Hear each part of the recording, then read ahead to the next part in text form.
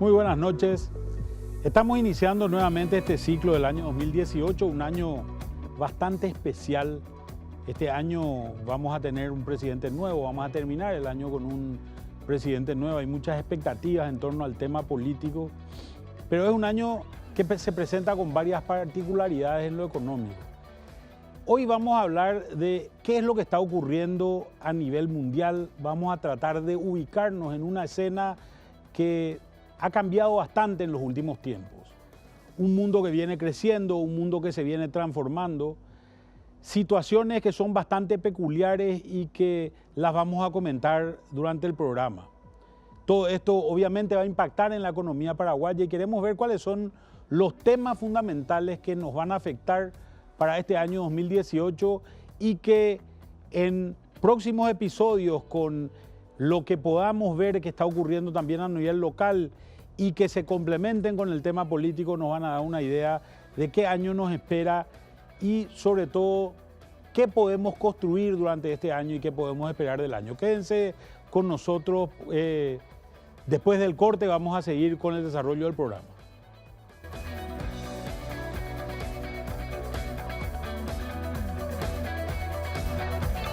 Cuando se presentan perspectivas económicas, la realidad del Paraguay no es ajena a lo que sucede en el resto del mundo, menos en un mundo globalizado e integrado como en el que vivimos. Los principales indicadores económicos señalan una importante recuperación, con mayores tasas de crecimiento económico, mayor demanda mundial y tasas de inflación que aumentan gradualmente. Además, se espera que continúe la estabilización de los precios de los productos agrícolas, mientras los precios del petróleo se incrementan levemente, como consecuencia del acuerdo entre productores de petróleo que seguiría hasta finales del 2018. En tanto que si la mirada se sitúa a nivel regional, Brasil está mostrando señales de recuperación, reflejados en una recuperación del crecimiento luego de reducciones continuas de su Producto Interno Bruto desde el 2013. En cuanto a la inflación brasileña, esta se viene frenando, el real se muestra relativamente más estable y el déficit fiscal una reducción. Todo lo anterior resume que pese a las primeras señales de avance, queda mucho aún por delante, principalmente en materia fiscal. En el mismo sentido, la recuperación de Argentina también es lenta. El déficit continúa siendo un serio problema. La inflación viene bajando, pero sigue alta y se proyecta que el Producto Interno Bruto crecería a tasas moderadas. En el primer programa del 2018, Manuel Ferreira analiza el mercado internacional y su influencia en Paraguay.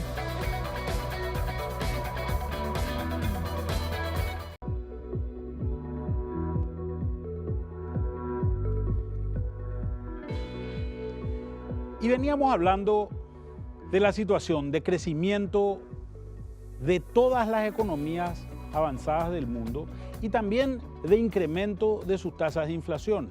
Decíamos también que a esto los bancos centrales posiblemente reaccionen con incrementos bastante más importantes también de las tasas de interés para poder controlar estas subas en los precios que se pueden encontrar.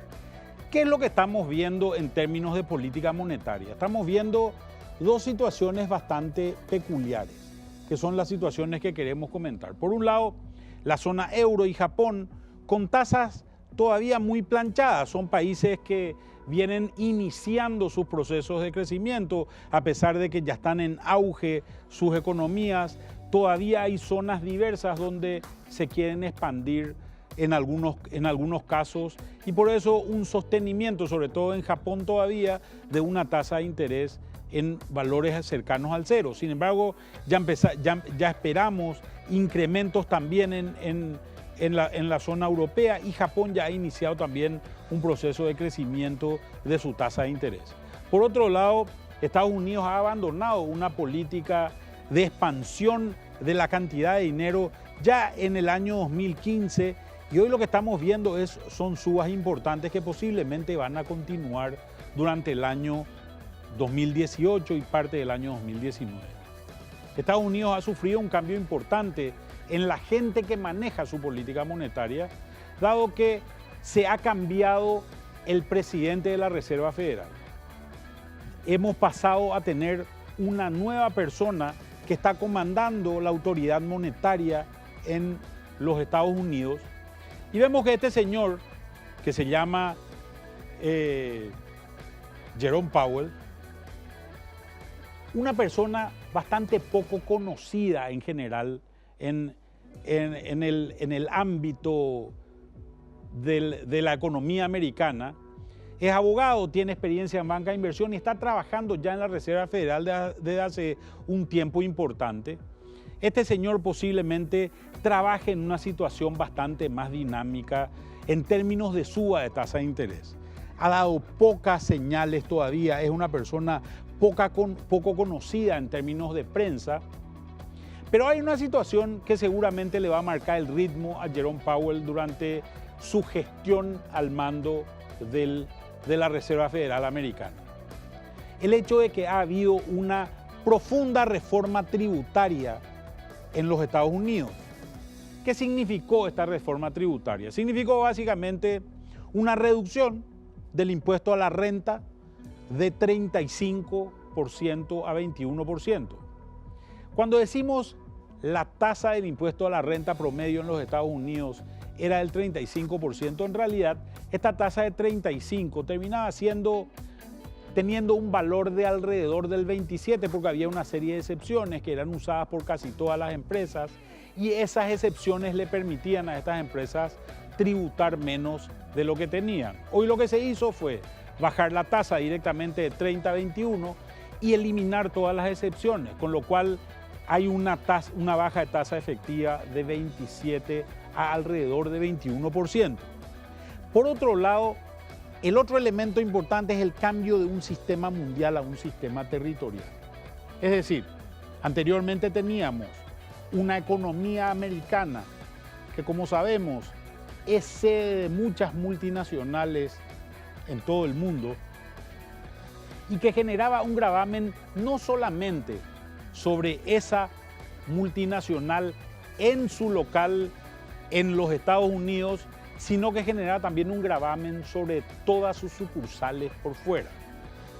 Ahora hemos pasado a un sistema territorial, el gravamen se da solamente a aquella sucursal o aquella central que se tiene en los Estados Unidos. Con lo cual esto ha permitido el ingreso de grandes capitales a la economía americana y a una disponibilidad de dinero que posiblemente anteriormente no se tenía. Obviamente esto significa una recaudación mayor para el fisco americano de lo que se tenía anteriormente, a pesar de que la tasa sea inferior. Sin embargo, cuando se empiezan a hacer cálculos, se puede notar que la recaudación total de los Estados Unidos posiblemente sea una recaudación inferior a la recaudación que se tiene o que se tenía anteriormente. En términos fiscales, esto implica que el gobierno de Estados Unidos va a tener una pérdida más grande o va a tener un déficit más grande que el que tenía anteriormente y posiblemente va a tener que salir a financiar ese déficit. Obviamente, esta experiencia es una experiencia que ya los actores económicos en general la pueden manejar. Y básicamente se empieza a traducir en dos cosas, un elemento totalmente contrario al que decíamos anteriormente. Si Estados Unidos tenía una tasa de interés más elevada, iba a actuar como una aspiradora de dólares, iba a chupar dólares del resto del mundo. Sin embargo, estamos empezando a ver que esta línea azul, que es la línea del índice del dólar con relación a casi todas las monedas del mundo, ha tenido un desplome bastante importante, un desplome del orden del 13%. Acá lo comparamos también con el guaraní, que hemos visto que desde más o menos esta misma época, principios del año pasado, ha tenido también una reducción del orden del 6%. Posiblemente veamos que acompaña, a pesar de que vemos que el guaraní se comporta con mayor volatilidad que el índice del dólar. Es decir, en los momentos en que el dólar sube o baja, el guaraní baja más, cuando sube, sube más y así sucesivamente. Hay mayor impacto en la moneda del guaraní que en el índice del dólar. Pero, ¿qué es lo que está pasando con esta tendencia? Hay muchos dólares entrando a la economía americana y eso está generando una devaluación, más allá de declaraciones que ha hecho el propio presidente Trump, donde él mismo decía: queremos una moneda devaluada, un dólar devaluado que nos permita seguramente exportar más de lo que exportábamos anteriormente. Esto es un cambio de política radical para una economía como la de Estados Unidos. Estados Unidos desde hace 30 o 35 años viene sosteniendo la necesidad de un dólar fuerte. Fíjense que cuando estamos hablando de un dólar debilitado, no importa tanto la tasa de interés que me paguen si yo soy un agente externo. Lo que voy a hacer es voy a invertir en un papel financiero, llámese una acción de una empresa americana, pero si esa acción está en dólares y yo creo que el dólar va a bajar, lo que voy a hacer es calcular la diferencia de mi rendimiento entre el valor que pueda crecer eso impactado por la tasa de interés, por un lado, y por otro lado, la devaluación que sufra al transferirlo a mi propia moneda. Y esto hacen casi todos los agentes, este análisis lo hacen casi todos los agentes externos. Entonces se ha notado un impacto bastante importante y bastante significativo en estos valores. ¿Qué es lo que hemos visto? Lo que hemos visto, a pesar de que este gráfico es muy largo, lo que hemos visto es esta situación en los últimos meses. Es decir, una caída de las bolsas, representadas en general por lo que le llamamos el Standard & Poor's 500. Es decir, el índice de las 500 empresas más grandes de los Estados Unidos, que ha tenido una reducción. Si miramos, en realidad, a pesar de que hubo una recuperación casi inmediata de eso, vemos que existen muchas dudas sobre el crecimiento de la bolsa en los Estados Unidos. Estas dudas están vinculadas a lo que decía anteriormente. Tenemos una tasa de interés que seguramente va a subir, pero seguramente un dólar que va a bajar. El efecto neto es lo que le interesa a un inversionista.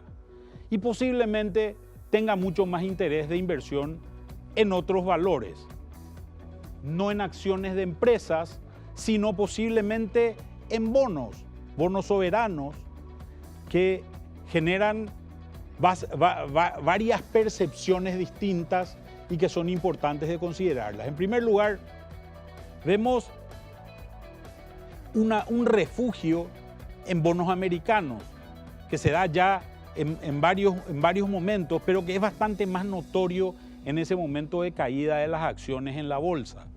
Es decir, esta recuperación, este refugio en bonos no solamente de Estados Unidos, sino también de Alemania o de Japón, ha sido bastante importante y se han valorizado los retornos de los bonos. Fíjense que Estados Unidos, con esta política que estaba planteando, la política de, por un lado, generar un dólar más blando, un dólar más bajo en las distintas economías del mundo, y por el otro lado subir las tasas de interés, está generando una incertidumbre en los mercados que se refugian en papeles más seguros, como son bonos alemanes o bonos americanos mismos. Pero también le está generando un impacto. Estados Unidos tiene la necesidad de seguir siendo la moneda del mundo, de seguir siendo la moneda con la que mayor cantidad de transacciones se hacen en el mundo. Cuando consideramos esa situación, vemos también que a Estados Unidos le interesa que esta moneda no esté tan baja y que los inversionistas quieran invertir en ella. Porque con esta tasa de interés y con esta nueva tasa de impuesto que ha generado, está generando también un mayor déficit fiscal que lo tiene que financiar. Estados Unidos necesita ser atractivo para el resto del mundo. Lo que estamos empezando a ver en general es que la economía americana está creciendo la economía europea, China sigue creciendo y ese crecimiento chino también es un crecimiento que está empezando a impactar en otros precios que son importantes para un país como el Paraguay, como son precios de commodities, de soja, de maíz y de otros productos agrícolas. Y todo este crecimiento viene acompañado también de una suba de tasas de interés y de una peculiaridad que creo que es importante. Un dólar seguramente más bajo de lo que teníamos anteriormente. ¿Qué es lo que podemos esperar para nuestro país? Y posiblemente tasas de interés en dólares más altas, pero por otro lado, un tipo de cambio que se va a mantener en un valor mucho más bajo de lo que ha tenido anteriormente. Las expectativas de crecimiento del dólar durante el año 2018 posiblemente van a estar muy controladas y vamos a esperar un dólar que incluso posiblemente en la segunda mitad del año tenga una cotización menor que la esperada hoy. En este contexto, queremos empezar a ver qué es lo que ocurre en nuestra economía regional, en los países que nos bordean, sobre todo Brasil y Argentina. Quédense con nosotros y veamos qué es lo que esperamos que pase en nuestros vecinos.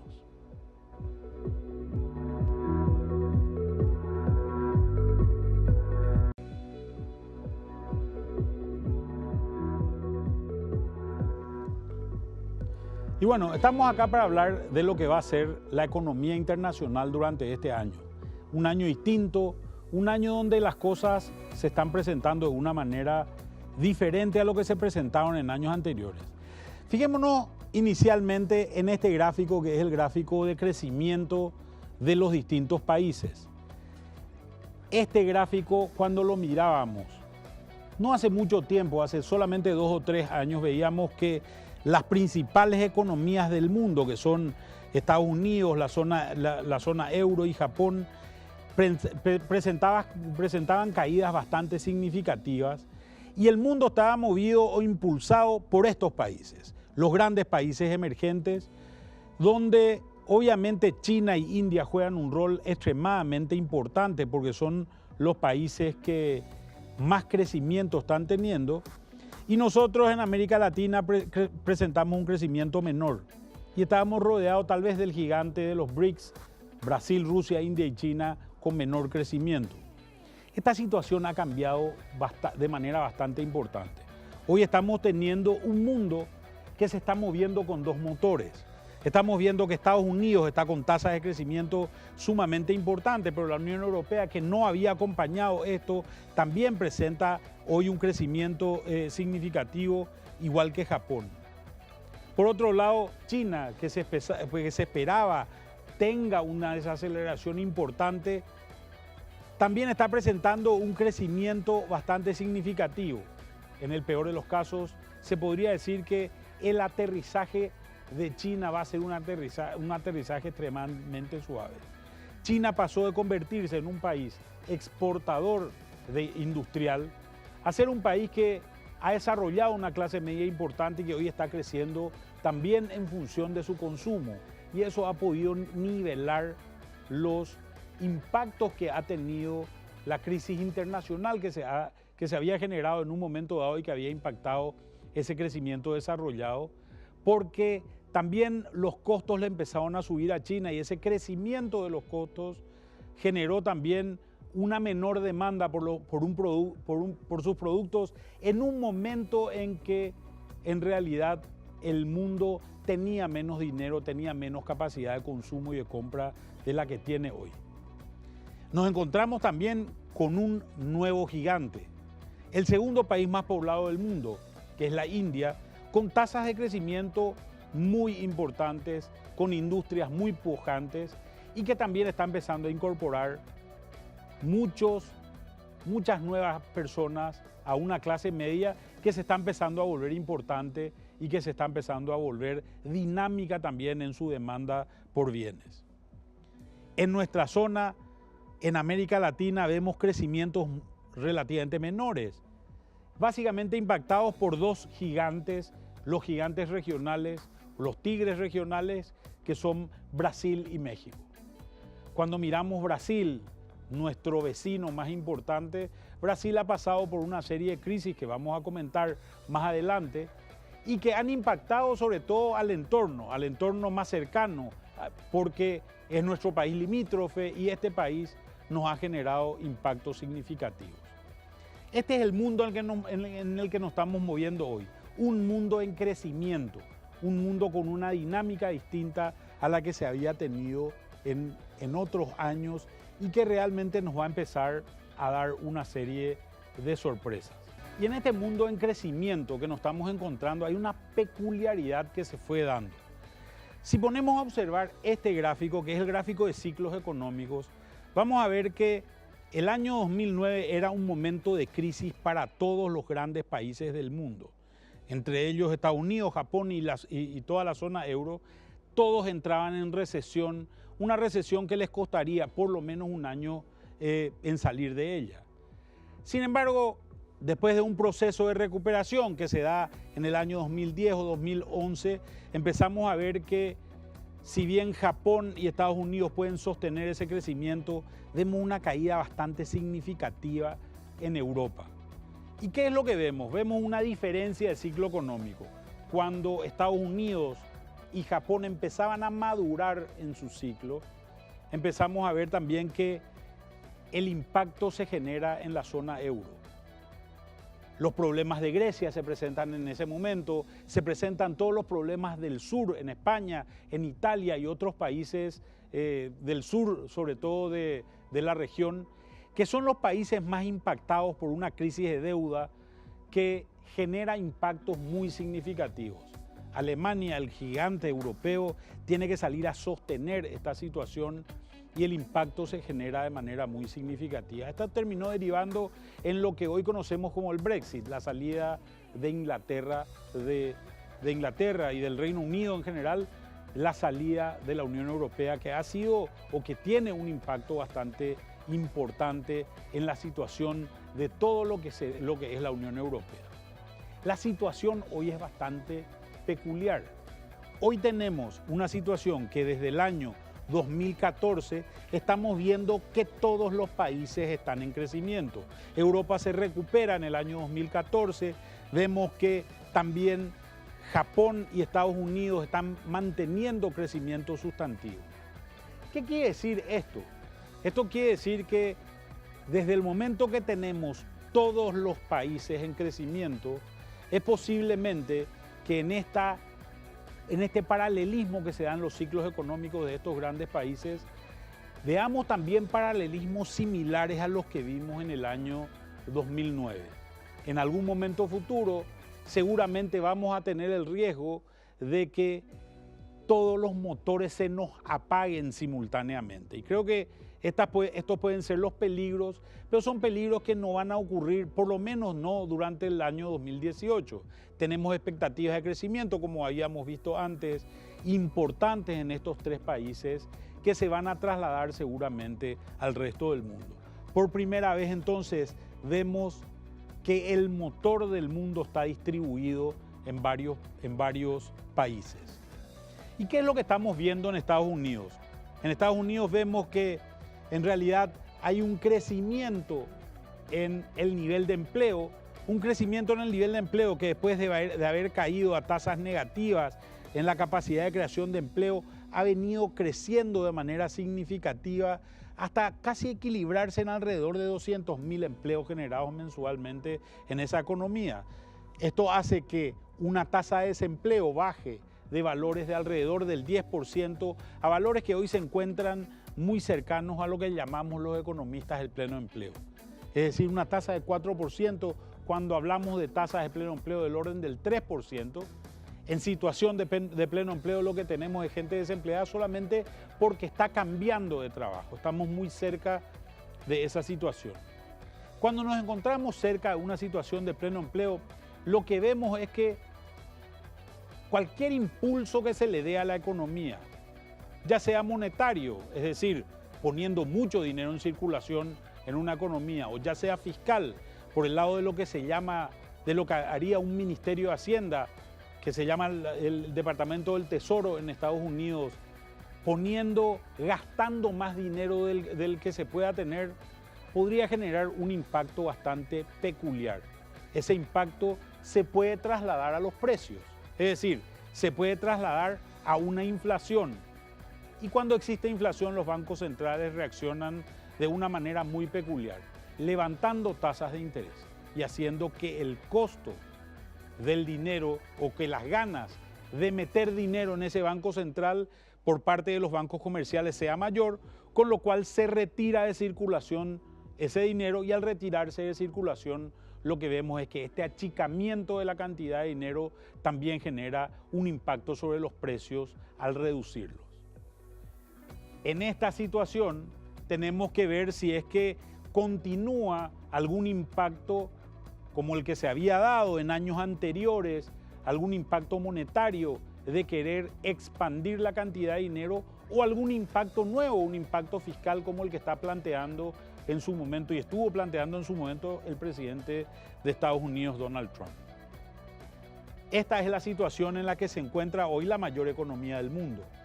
Entonces, ¿qué es lo que empezamos a ver? Lo que empezamos a ver es que también el mundo se ha transformado de manera muy significativa de una situación como esta en la que nos encontrábamos más o menos en el año 2015, en la cual la situación era de deflación. Una situación de deflación tiene la particularidad de que los agentes económicos esperan precios más altos, y al esperar esperan precios más bajos, y al esperar precios más bajos dicen, ¿para qué voy a gastar hoy si seguramente el año que viene el bien que quiero comprar va a ser más barato? Entonces, no cambio el auto, no compro una casa o no construyo una casa nueva, porque digo, esa casa o ese auto me va a salir más barato el año que viene. De esta situación de deflación pasamos a una situación donde todas las economías del mundo están también en crecimiento de precios. Al estar todas las economías del mundo en crecimiento de precios, posiblemente la expectativa con la que nos podamos encontrar sea una expectativa muy centrada en un crecimiento de tasas de interés. Estados Unidos genera un impacto bastante significativo cuando hace crecer las tasas de interés. Dado que es la economía más creíble del mundo, lo que hace es atrae dinero hacia esa economía, y al atraer dinero hacia esa economía, lo que consigue es achicar la cantidad de dinero en el resto del mundo. Esto debería generar un impulso en dos cosas. Por un lado, un impulso en las tasas de interés, haciendo que lo que es escaso vale más caro, y la tasa de interés es el precio del dinero. Y por otro lado también en la relación cambiaria entre las monedas, es decir, haciendo que el tipo de cambio suba en los distintos países. Es esto lo que esperamos para el año 2018. Quédense con nosotros y seguimos hablando del tema después del corte.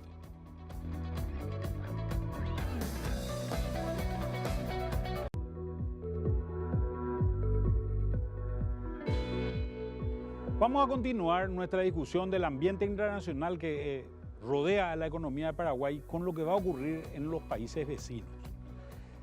Vamos a concentrarnos fundamentalmente en Brasil y en Argentina, que son los más impactantes en nuestra economía.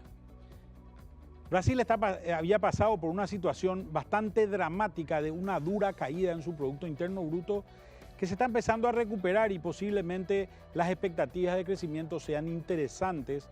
Por lo menos estos son datos que están planteando analistas privados para el año 2018 y también para el año 2019, con lo cual vemos una dinámica que no se estaba viendo antes. Por otro lado, una recuperación es también mucho más sencilla y fácil después de una caída tan significativa.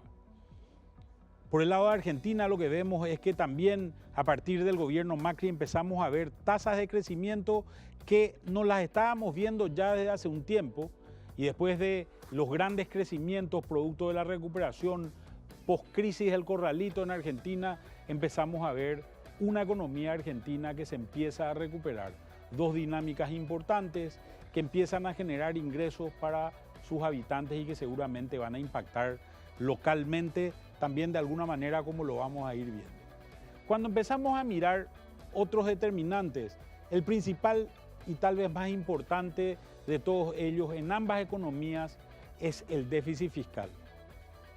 Cuando Brasil empieza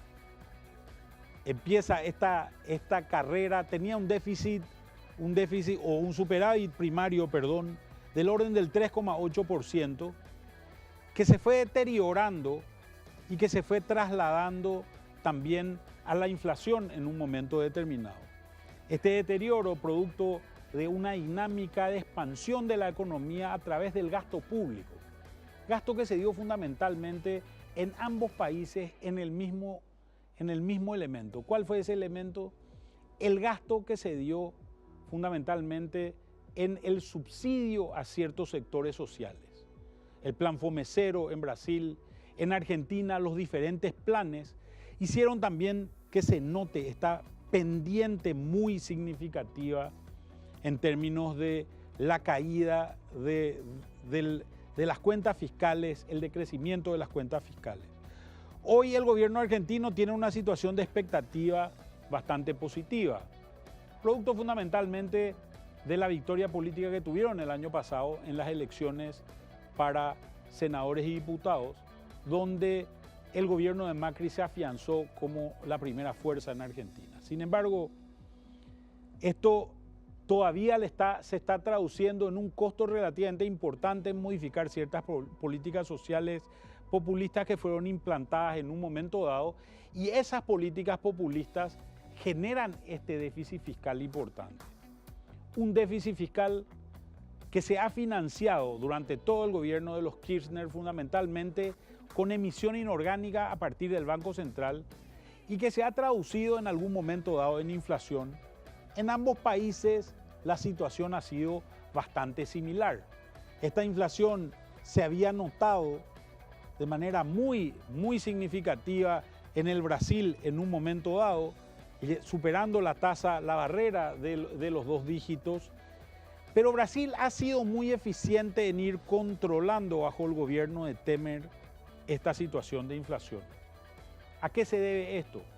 Básicamente a un presidente de Banco Central confiable que le permite dar solvencia al gobierno del Brasil y a un a un ministro de Hacienda que se ha comportado en el mismo sentido. Se han despegado las cuentas fiscales de las cuentas monetarias en el Brasil y eso ha generado una situación bastante positiva.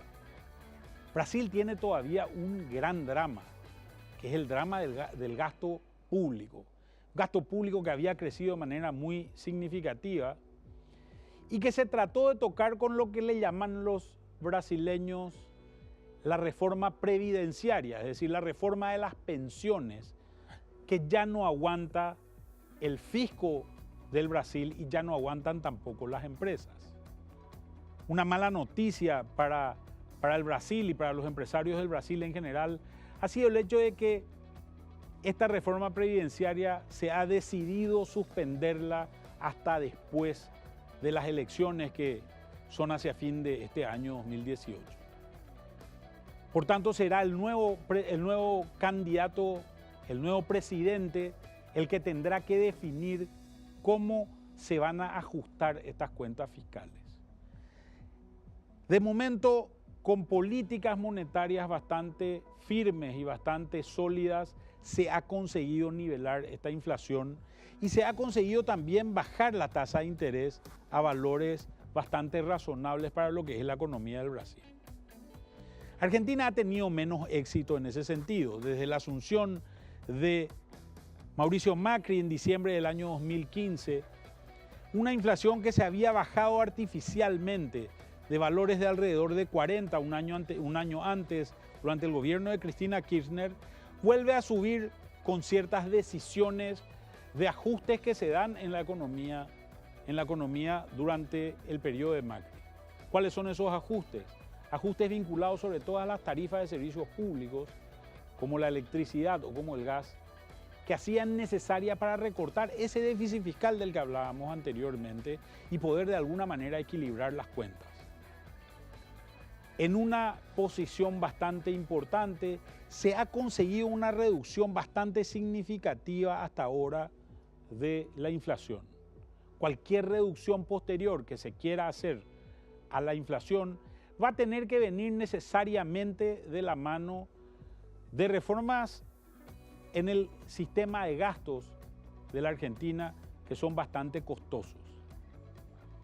También para dar incentivos en algún momento y profundizar este déficit en Argentina se tuvo que tomar decisiones como recortar las famosas retenciones al agro. Pero Argentina consiguió financiarse fuera de los mercados. Hoy Argentina es, en muchos aspectos, la niña bonita de los mercados financieros internacionales. Ha conseguido emisiones históricas, las más grandes que han salido bajo la ley de Nueva York y que han sido sumamente importantes para la presencia de Argentina.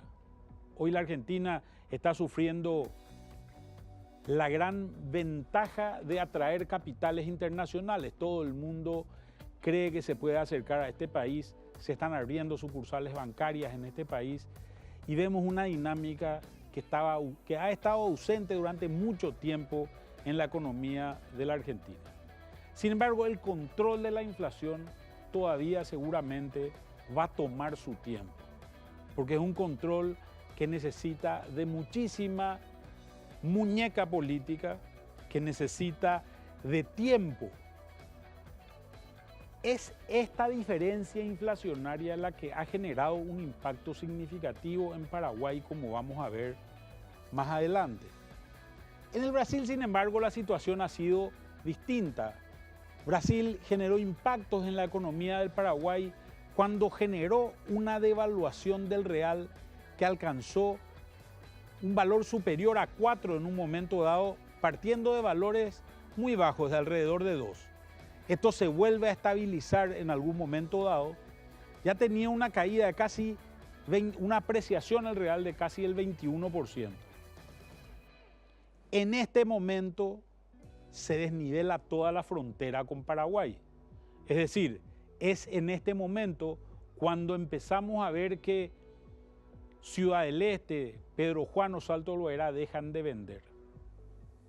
Hoy empezamos a ver una recuperación de las ventas cuando se produce el ajuste del tipo de cambio. Ajuste del tipo de cambio que hoy posiblemente va a evolucionar de manera similar al guaraní y que va a permitir una cierta dinámica en frontera y también va a permitir que aquellos productos que nosotros colocamos en el Brasil, como es el caso del maíz, como es el caso de nuestra carne, como es el caso de productos como el arroz y todo lo que se venda en frontera, seguramente van a tener ventajas de tipo de cambio que van a generar una cierta dinámica en esos precios o por lo menos van a sostener los precios en los valores que estamos viendo hoy. Estos dos impactos, por un lado el de la inflación en Argentina y por otro lado el del tipo de cambio más bajo en el Brasil, han generado esto: un incremento de las ventas en Paraguay. Fíjense que nosotros arrancamos en valores en tarjetas de crédito del orden de los 20.000 millones de guaraníes y hoy nos estamos ubicando en valores del orden de los 50.000 millones de guaraníes, es decir, 150% más elevado de lo que teníamos anteriormente. Para obtener los números que realmente deben impactar a todo el sector comercial, debemos multiplicar estas cifras posiblemente por 5 según los análisis que hemos hecho. O sea, hoy nos encontramos en el orden de los 40 o 45 millones de dólares que están comprando argentinos dentro de Paraguay mensualmente. En el caso del Brasil, la situación está mucho más atada al tipo de cambio. Vemos que cuando el real estaba muy elevado con relación al dólar, habían caído las ventas a valores de alrededor de 10.000 millones de guaraníes y este número se dispara a medida que el tipo de cambio va volviendo a su cauce, como podemos ver en este gráfico. Hoy estamos vendiendo casi 80.000 millones de guaraníes en tarjetas de crédito, número que a nivel comercial debemos multiplicarlo incluso por más de 5, dado que gran parte de las transacciones en frontera son transacciones que se hacen en efectivo y no en tipo de cambio. Y como estamos viendo, lo que esperamos es que sigan las compras de argentinos y brasileños que están llegando a nuestro país y que sigan seguramente incrementando esa demanda agregada que hoy está favoreciendo sobre todo al sector comercial y también al sector de servicios en las fronteras de Paraguay. Vamos a ver cuáles son las conclusiones que podemos esperar para este escenario internacional que nos toca vivir durante el año 2018. Como estábamos viendo anteriormente, tenemos un dólar con muy pocas presiones al alza. Posiblemente vamos a ver un dólar durante el año 2018 que va a terminar siendo más bajo que el cierre del año 2017, pero posiblemente con tasas de interés en dólares un poco más elevadas de las que habíamos visto años anteriores, a pesar de que, como lo veremos en programas posteriores, una tasa de interés está muy impactada también por lo que ocurre localmente. En cuanto a Brasil y Argentina, lo que seguramente vamos a ver es países con un dinamismo mayor. Tanto Brasil como Argentina están empezando a crecer y están empezando a crecer a tasas que son superiores a las tasas que habíamos visto anteriormente, donde veíamos incluso caídas. Se empieza a normalizar la situación de frontera y se empieza a normalizar también la situación con el Brasil, en parte muy importante por el hecho de que ese país ha podido controlar su inflación por un lado, pero por otro lado sus costos siguen siendo importantes. Un país poco creíble hoy para el mundo es Brasil, en comparación con Paraguay ha perdido en términos relativos de manera bastante importante. Argentina, por otro lado, que a pesar de las buenas intenciones y las ganas de su gobierno de controlar los precios, no lo está pudiendo hacer de manera efectiva y posiblemente veamos que todavía durante 1 o 2 años esta sea la variable determinante para que los argentinos sigan entrando a comprar a nuestro país. Esta va a ser seguramente la dinámica que, como decía, va a impactar al sector comercial y al sector de servicios de manera significativa. Creemos en general que este escenario es un escenario externo mucho más positivo que el escenario que habíamos visto en años anteriores. Nos falta hablar sobre los determinantes que vamos a tener dentro de la economía paraguaya y lo vamos a seguir haciendo en los programas futuros. Así que los esperamos de vuelta con nosotros la semana que viene. Que tengan una buena semana y nos vemos.